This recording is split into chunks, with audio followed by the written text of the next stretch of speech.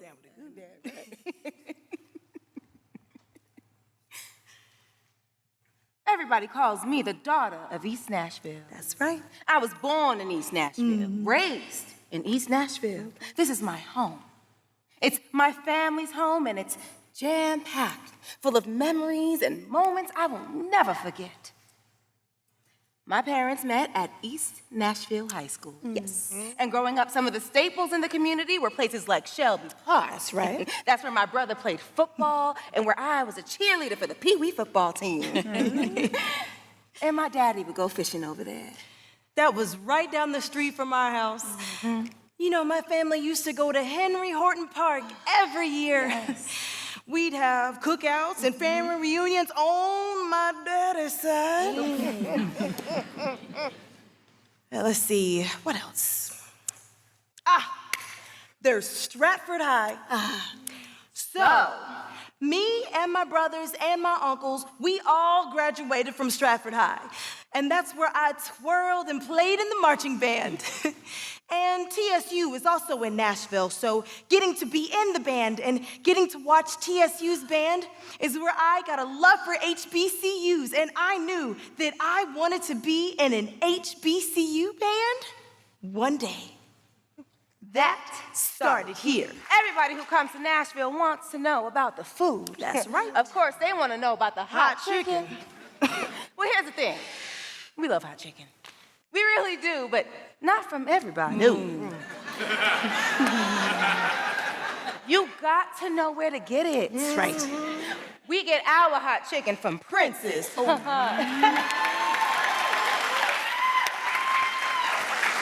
Now, their original location was on our side of town, but it burned down a little while ago.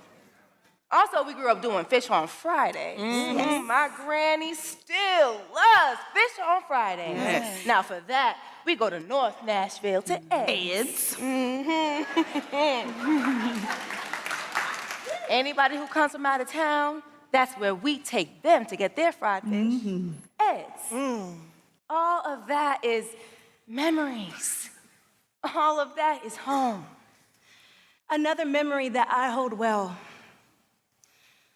I remember my Uncle Tim. Timothy Lane. Boy, my Uncle Tim could run fast. Everybody used to say he could run so fast he could outrun a car.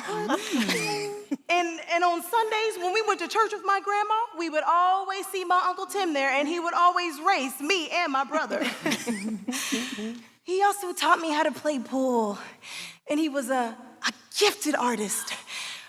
I would always see these really cool drawings of his just lying around.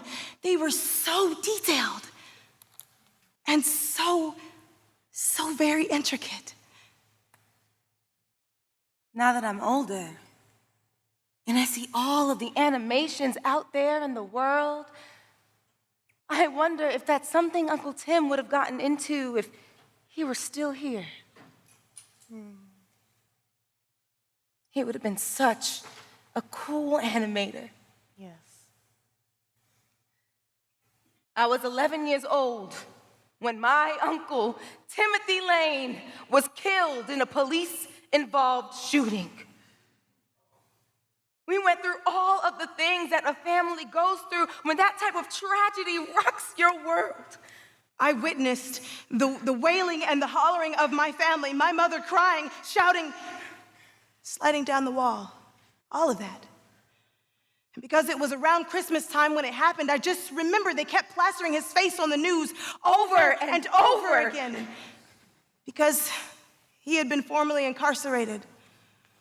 The photo that they used was a mugshot. And that is the image that they displayed of my uncle. Not the gifted artist, not the man so fast he could outrun a car. But the story they told of him was embedded in the use of his mugshot. I was maybe 27 or 28 years old when Jacques Clemens was killed. This time the news was reported live, in real time, by real people online. It was all over my Facebook timeline.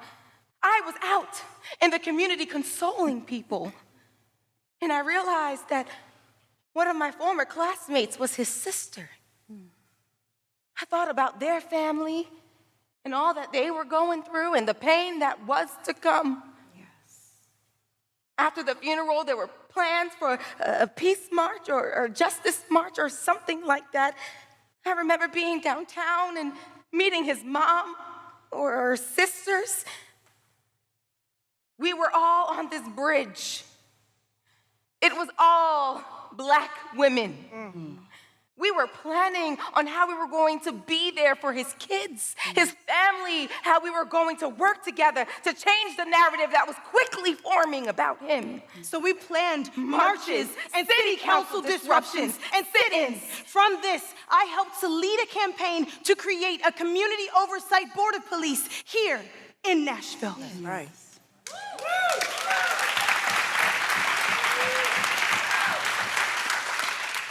And that's the thing about beautiful southern cities like this.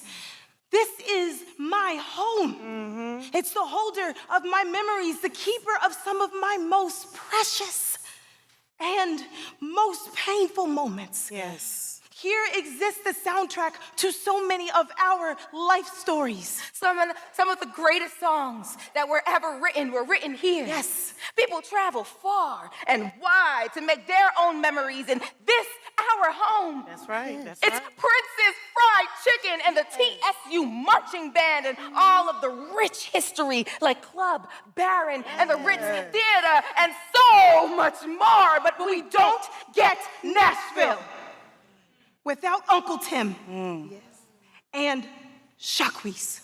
Amen. Without the darkness of our history, the inequality, the work inequity that's been happening for many, many years. In Nashville, we protest and sit in and fight our battles at the polls. We stand on bridges and reach for the hands of Black women. We figure out ways to support babies whose daddies have been lost to the trappings of an unjust system. This is our home, and it deserves our care. And I'm willing to fight for it, for us. And if I'm moving the needle just an inch, then I am making progress. And that's all that a girl like me, a daughter of East Nashville, can ask for. Progress. I am Gicola Lane. I am